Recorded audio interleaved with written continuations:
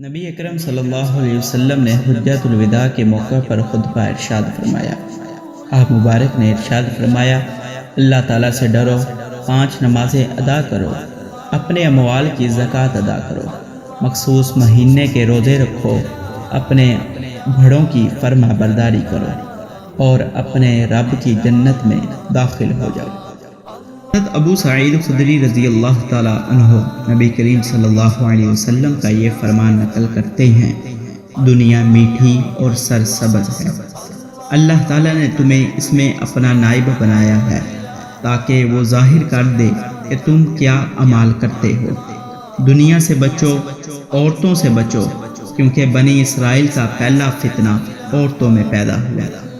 ابو یعلا شداد ابن اوس رضی اللہ تعالیٰ عنہ نبی اکرم صلی اللہ علیہ وسلم کا یہ فرمان نقل کرتے ہیں، عقل مند وہ شخص ہے جو اپنے نفس کا محاسبہ کرے اور موت کے بعد کی زندگی کے لیے عمل کرے، اور بے وقوف وہ شخص ہے جو اپنے نفس کی خواہشات کے پیچھے چل پڑے اور اللہ تعالیٰ کی بخشش کی آرزو کرے۔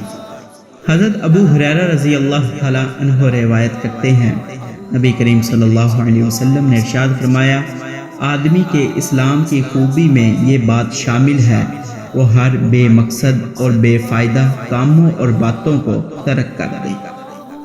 حضرت انس رضی اللہ تعالیٰ عنہ فرماتے ہیں، تم لوگ ایسے گناہ کرتے ہو جو تمہاری نظر میں بال سے بھی زیادہ ہلکے ہوتے ہیں، جبکہ نبی اکرم صلی اللہ علیہ وسلم کے زمانہ اقدس میں ہم انہیں ہلاک کرنے والے گناہ شمار کیا کرتے تھے۔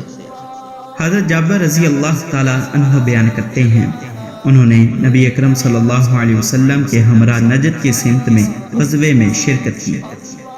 نبی اکرم صلی اللہ علیہ وسلم جب واپس آ رہے تھے تو آپ صلی اللہ علیہ وسلم کے ساتھ لوگ بھی واپس آ رہے تھے۔ یہ حضرات آرام کرنے کے لیے ایک وادی میں ٹھہر گئے جس میں بہت سے درخت تھے۔ نبی کریم صلی اللہ علیہ وسلم اپنی سواری سے نیچے تشریف لائے، لوگ سائے میں بیٹھنے کے لیے ادھر ادھر ٹھہر گئے۔ نبی اکرم صلی اللہ علیہ وسلم بھی ایک ککر کے درخت کے نیچے آ گئے۔ آپ مبارک نے اپنی تلوار درخت پر لٹکا دی۔ صحابی کہتے ہیں کہ ہم سو گئے، ہماری آنکھ کھلی تو نبی کریم صلی اللہ علیہ وسلم ہمیں بلا رہے تھے۔ نبی کریم صلی اللہ علیہ وسلم کے پاس ایک مشرک دیہاتی بیٹھا ہوا تھا۔ نبی کریم صلی اللہ علیہ وسلم نے ارشاد فرمایا کہ اس نے میری تلوار کو درخت سے اتارا، میں سویا ہوا تھا، میں بیدار ہو گیا، یہ ننگی تلوار اس کے ہاتھ میں تھی۔ اس نے دریافت کیا، آپ کو مجھ سے کون بچائے گا؟ میں نے جواب دیا، اللہ تعالیٰ۔ یہ بات نبی اکرم صلی اللہ علیہ وسلم نے 3 مرتبہ ارشاد فرمائی۔ اس مشرک دیہاتی کے اوپر اتنی ہیبت طاری ہوئی کہ اس کے ہاتھ سے تلوار گر گئی اور وہ وہیں بیٹھا رہا۔